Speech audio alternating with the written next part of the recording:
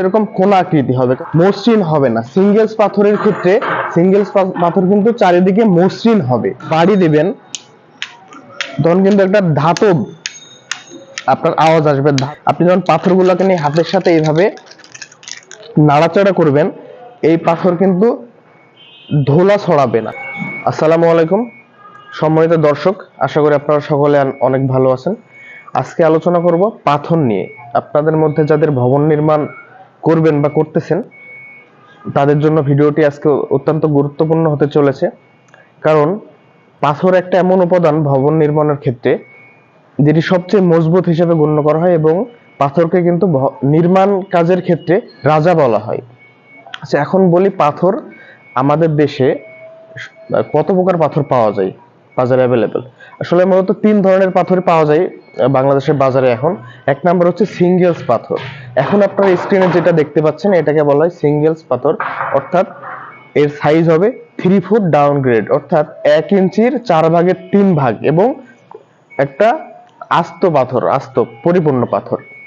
ঠিক আছে। 2 নাম্বার হচ্ছে ভুতু ভাঙা পাথর, অর্থাৎ এই পাথরটির সাইজ 2 থেকে 3 ইঞ্চি পর্যন্ত হয়ে থাকে, এবং একটি আস্ত পাথরের সাইজ 2 থেকে 3 ইঞ্চি পর্যন্ত হয়ে থাকে। এটিকে যখন ভাঙা হয়, ভেঙে 2 থেকে 3টি পাথর পাওয়া যায় 3 ফুট ডাউন গ্রেড, এটিকে বলা হয় ভুতু ভাঙা পাথর। এবং আরেকটি পাথর পাওয়া যায়, সেটা হচ্ছে বোল্ডার ভাঙা, অর্থাৎ যেগুলো বিশাল সাইজের যে বড় পাথরগুলো পাওয়া যায়, এটাকে মেশিনের সাহায্যে ভেঙে 3 ফুট ডাউন গ্রেডেড সাইজ করা হয়, এটাকে বলা হয় আপনার বোল্ডার ভাঙা পাথর। এই পাথরের মধ্যে সবচেয়ে উৎকৃষ্ট পাথর হচ্ছে এই বোল্ডার ভাঙা পাথর। এটি নির্মাণ কাজে বেশি ব্যবহৃত হয়। এখন বলি সিঙ্গেলস পাথর কোথায় ব্যবহার হয়। সিঙ্গেলস পাথর মূলত আপনার যখন রাস্তা বানানো হয়, রাস্তার ক্ষেত্রে দেখবেন ছোট ছোট পাথর, এই ছোট ছোট সাইজের পাথর আপনার পুরোটা মসৃণ এবং চারিপাশ সমান, এখন যেটা স্ক্রিনে দেখতে পাচ্ছেন এই পাথরটি ব্যবহার করা হয়। এছাড়াও এই সিঙ্গেলস পাথর কিন্তু ব্যবহার করা বিল্ডিং এর পাইলের ক্ষেত্রে, যখন পাইল করা হয়, পাইল কাস্টিং করা হয়, তখন কিন্তু এই ধরনের পাথর ব্যবহার করা হয়ে থাকে। এছাড়া ভুতু ভাঙা পাথর যেটি, এটিও কিন্তু পাইলের ক্ষেত্রে এবং রাস্তার ক্ষেত্রে ব্যবহার করা হয়। এই ধরনের পাথর আপনার বিল্ডিং এর কলাম অথবা বিমের ক্ষেত্রে ব্যবহার করা হয় না, কারণ এটির লোড বহন ক্ষমতা তুলনামূলকভাবে কম। বিল্ডিং এর ক্ষেত্রে ব্যবহার করা হয় বোল্ডার ভাঙা পাথর। এখন আপনাদের দেখাচ্ছি আমি বোল্ডার ভাঙা পাথর।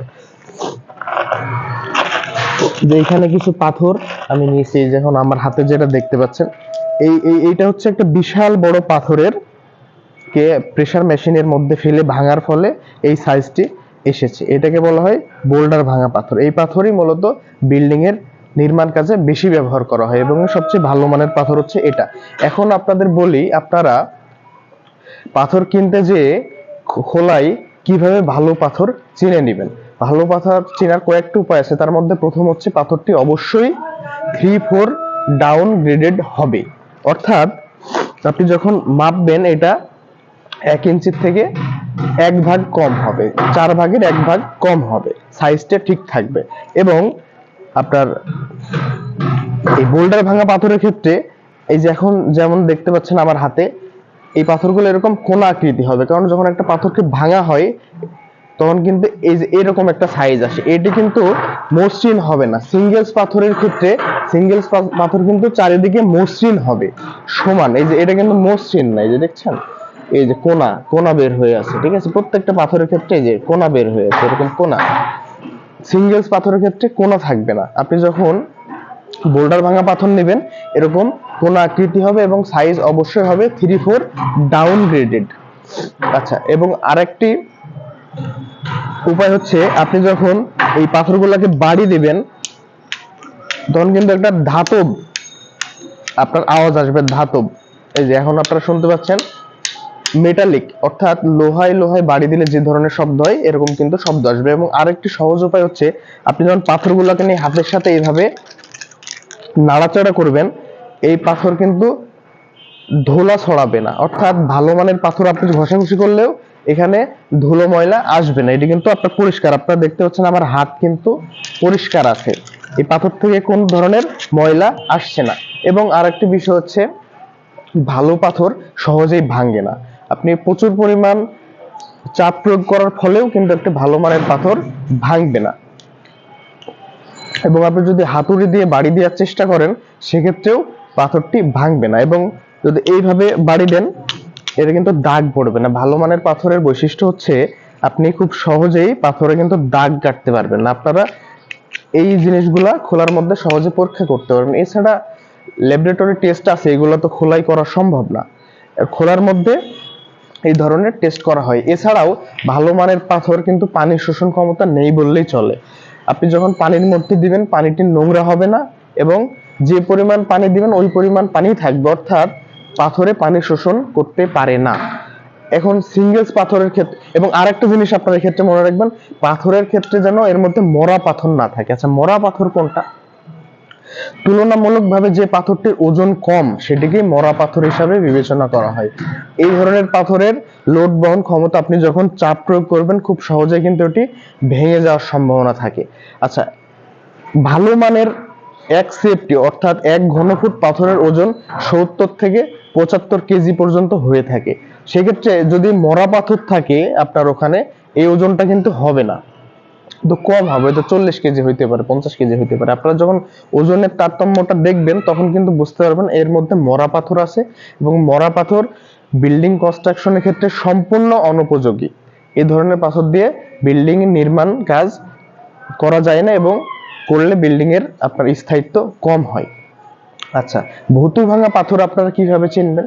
ভুতু ভাঙা পাথরের ক্ষেত্রে যেটা হবে, যেহেতু একটা পাথরকে ভেঙে 2 থেকে 3টি করা হয়, ম্যাক্সিমাম 3টি, এর বেশি হয় না, তখন দেখবেন এর এক পাশ থাকবে এরকম কোনাচি এবং অন্য 2 পাশ থাকবে মসৃণ।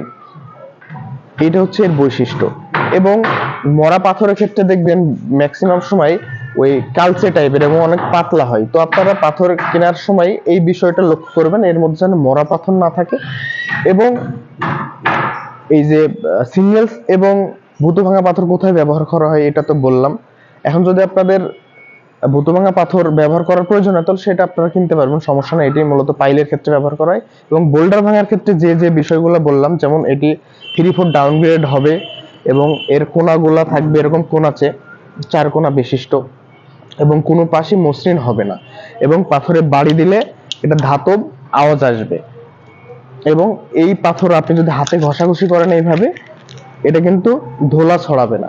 তো এই বৈশিষ্ট্যগুলো থাকলে আপনারা বুঝতে পারবেন এই পাথরটি ভালো উৎকৃষ্ট মানের, এবং এটা দিয়ে বিল্ডিং নির্মাণ করলে বিল্ডিং এর স্থায়িত্ব বাড়বে, কমবে না। তো আশা করি আপনারা বুঝতে পারছেন কিভাবে পাথর, ভালো পাথর চিনে নিতে হয়। সম্পূর্ণ ভিডিও দেখার জন্য ধন্যবাদ সবাইকে। আল্লাহ হাফিজ।